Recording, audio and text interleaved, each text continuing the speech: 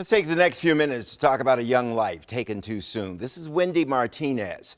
She was stabbed to death last September as she jogged in Logan Circle in Northwest. Police say it was a random and unprovoked attack at the hands of a stranger. The last 8 months have taken our fiancé, Daniel Hincapie, to hell and back. Daniel invited our Larry Miller into his home for a conversation about his love for Wendy. Daniel Hincapie and I met over many days to talk about the love of his life, Wendy Martinez. He's still trying to process a range of emotions, but one thing is for sure, time has not healed his pain. Walk me through how you learned what happened. It was just a normal day. We had been planning or exchanging ideas about our wedding.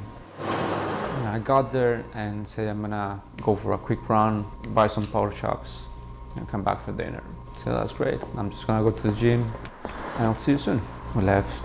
She threw me a kiss, and then I went to the gym. I come back. She's not there. Maybe it's taking a little bit longer than expected. We have this Find Friends application in our phones. Her location was just 2 blocks from our apartment. She hadn't picked up responded my text, which was kind of unusual. So I waited, and after maybe 10 minutes or so, I texted back. She didn't pick up she didn't respond.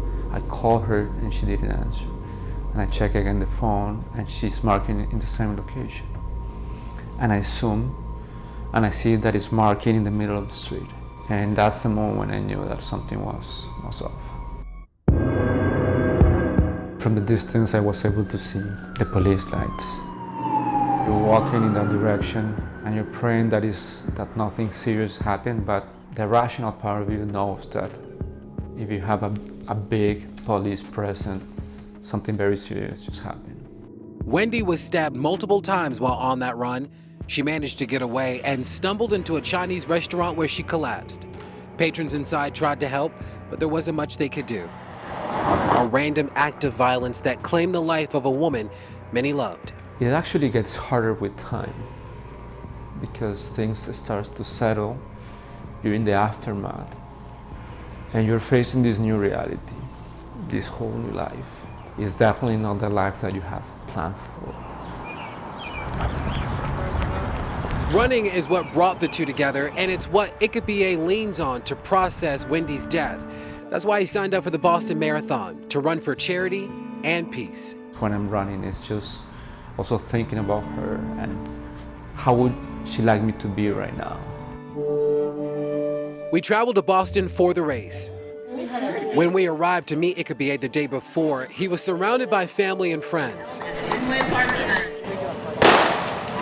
Hours later, he embarked on his 26.2-mile journey through 8 cities, thousands of screaming spectators, over 5 long hours. One of the biggest smiles in the crowd, Wendy's mom. I saw him coming through, and it was my daughter coming through.